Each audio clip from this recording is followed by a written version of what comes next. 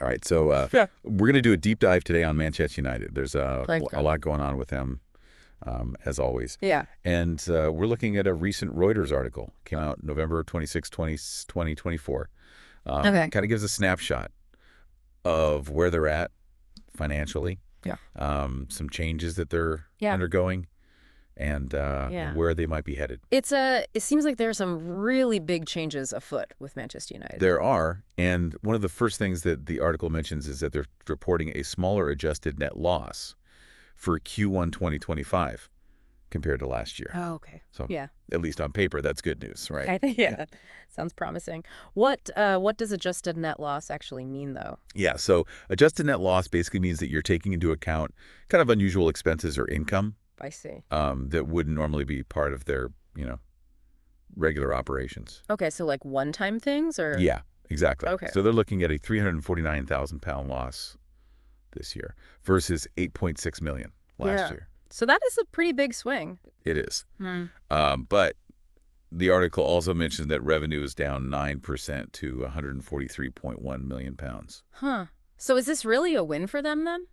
That's a good question.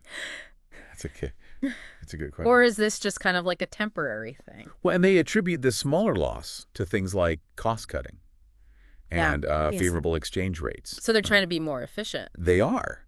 But it makes you wonder, like, if revenue continues to decline, is that a sustainable model? Yeah, especially when you look at their rivals like Manchester City and Liverpool who are spending, quite freely. Exactly. And the article talks about how the club is actively working on reducing costs and headcount.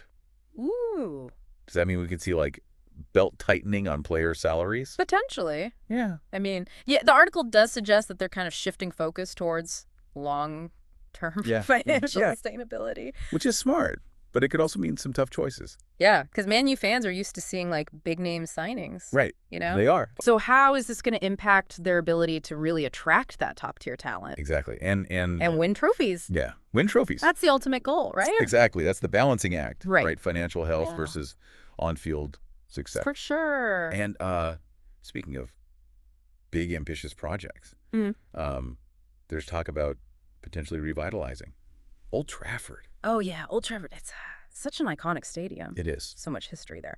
But it It needs a makeover. needs a little bit of love, let's be honest. Yeah. The article mentioned a task force is exploring options to revitalize the whole area. Wow, that sounds massive. It does. What kind of changes are we talking about here? That's a great question.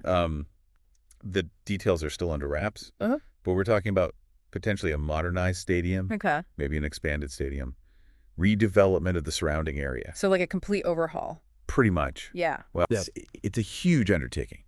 And the article highlights that Jim Ratcliffe, who recently bought a minority stake in the club, has committed 237 million pounds of his own money for infrastructure improvements. Okay. That's a pretty big chunk of change. It is.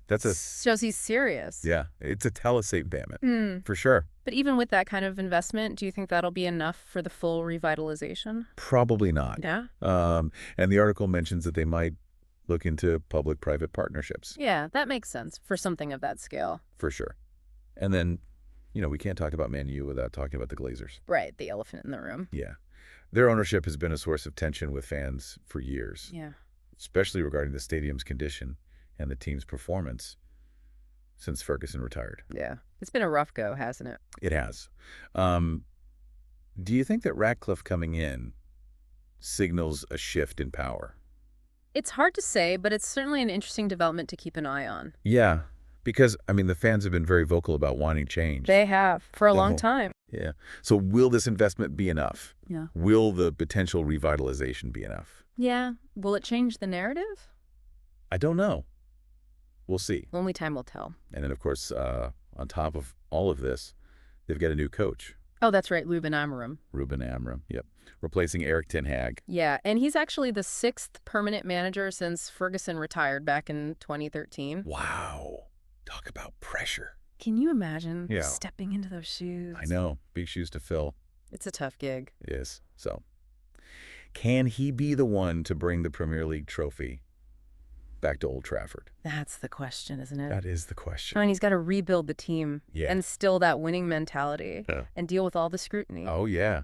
That comes with being the manager of Manchester United. It's unlike any other job in football, I think. It is. Yeah. So much. Yeah. It's riding on his shoulders. But I mean, with these financial improvements, Yeah. the potential stadium revitalization, a new coach. It does feel like there's a little bit of optimism there, doesn't it? Yeah, I think so. It feels like there's at least a chance. Yeah, the pieces are there, but can they actually make it all come together? Can they get back to their former glory? That is the million-dollar question. That is the question on everyone's mind. It's more than just financial reports, you know? It is. It's about legacy, passion, the dreams of millions of fans around the world. It really is. It's can Manchester United rise again? Yeah. That's Yeah. something to think about. It is. And we'll be watching. We'll be here for it. We'll be here for it. Absolutely. All right, that's our deep dive on Manchester United. Thanks for having me. Yeah, thanks for coming on. And we'll catch you next time. Sounds good.